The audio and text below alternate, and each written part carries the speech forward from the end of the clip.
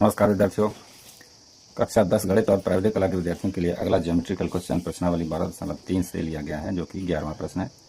प्रश्न इस तरह से है, एक वर्गाकार रुमाल पर 9 वृत्ताकार डिजाइन बने हुए हैं, जिनमें से प्रत्येक की त्रिज्या 7 सेंटीमीटर है। रुमाल के शेष भाग का क्षेत्रफल ज्ञात कीजिए।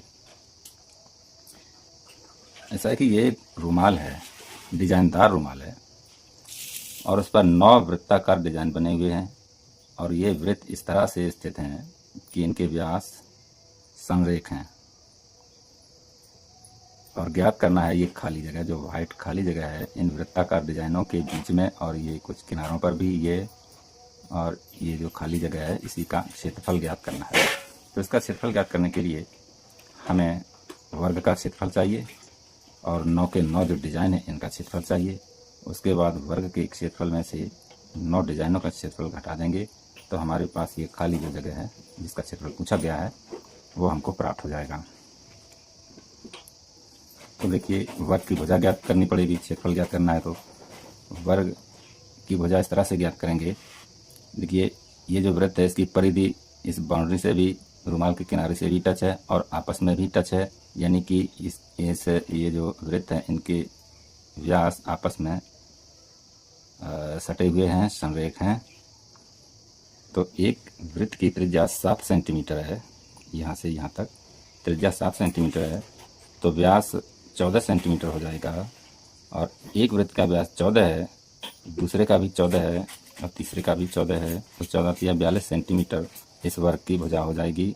और 42 सेंटीमीटर वर्ग वाले भुजा वाले वर्ग का क्षेत्रफल हम लोग ज्ञात कर लेंगे। देखिए किस तरह से यहाँ पे ये लिखा हुआ है। ये हमने कल बना लिया था, धोखे से ये वीडियो डिलीट हो गया था, तो आज हम आपको वैसे ही दिखा दे रहे हैं। वर्ग ABCD की भुजा 7 सेंटीमीटर त्रिज्या है, तो 2 से गुणा कर देंगे व्यास हो जाएगा, 3 से गुणा कर देंगे तो तीनों जो वृत्त हैं उनके व्यासों की लंबाइयाँ हमको मिल जाएंगी, और वही इस वर्ग की भुजा है। 42 सेंटीमीटर आता है। 42 सेंटीमीटर भुजा वाले वर्ग का क्षेत्रफल 42 का स्क्वायर 1764 सेंटीमीटर हो जाता है। तो वर्ग का हमको क्षेत्रफल मालूम हो गया। 9 के 9 जो डिजाइन है उनका क्षेत्रफल ज्ञात करने के लिए हम एक डिजाइन का क्षेत्रफल होगा πr²। 9 डिजाइन का क्षेत्रफल के लिए उसी को 9 से मल्टीप्लाई कर देंगे, जो कि जिसका कैलकुलेशन इस तरह से होगा। 7 से 7 कट गया, और 22 7 9 का गुणा कर लिया तो 1386 आ गया सेंटीमीटर स्क्वायर।